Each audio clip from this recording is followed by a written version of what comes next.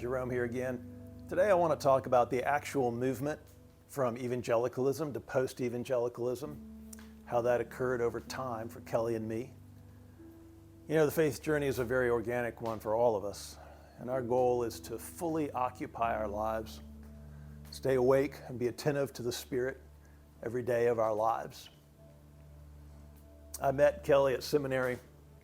I can only remember 2 classes that I took. I'm pretty sure that was Kellie's fault.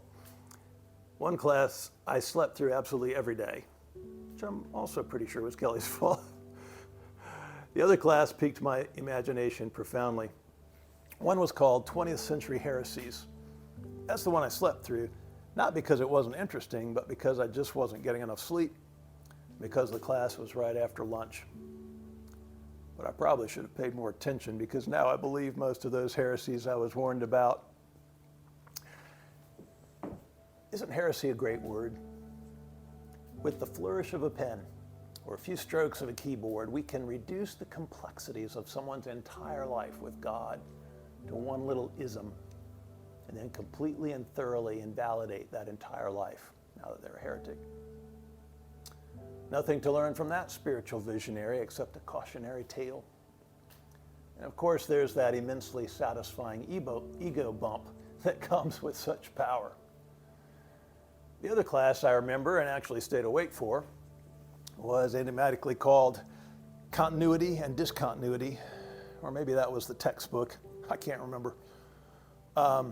Regardless, it was a stimulating exploration of the relationship between the Old Testament and the New. How much had changed? Was God still described in the same terms?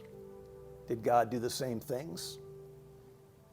This was the only time in my entire academic journey, from high school to Bible college to business school to seminary, that a single professor invited a question for which they did not mandate an answer.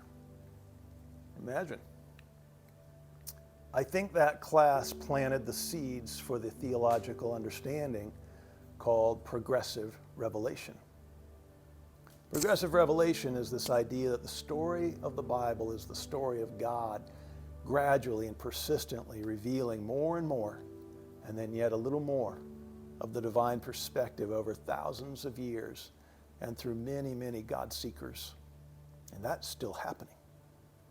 The infinite nature of God is being infinitely and eternally revealed. No one has the final word, not even the Bible. So when it comes to the Bible, Abraham learned more than Adam, but still hardly knew anything. The full extent of Abraham's statement of faith is what it says. He believed the Lord, and it was credited to him as righteousness. That was it, and that was enough. Moses got more revelation than Abraham, and David got more still. Of course, the New Testament took a seismic leap forward with the ultimate biblical revelation of all time, Jesus. And Jesus proceeded to honor the Old Testament by reinterpreting it in the light of massive new information. But even Jesus didn't choose to reveal everything, even really important things like the immorality of slavery, for example, because he sent the Holy Spirit to keep that progression going. Jesus promised that the Spirit will teach you all things. Isn't that amazing? And I found that to be true in my journey. The Spirit continues to build on the revelation of my past with fresh insight and perspective, often revising and reinterpreting my understanding so that I can know and walk with God more freely. Are you interested in having the Spirit revise and reinterpret your understanding of things? I really hope so. I don't think theology was ever meant to be static, memorialized and entombed in a crypt. Theology is alive, dynamic, dangerous, constantly growing, becoming, continuously infused by a God who wants to keep drawing us into greater intimacy. There's a statement attributed to Thomas Merton. If the you of 5 years ago doesn't believe that the you of today is a heretic, then you aren't growing spiritually. Just chew on that for a minute. Yeah, it's a little tongue-in-cheek, but it carries a powerful truth.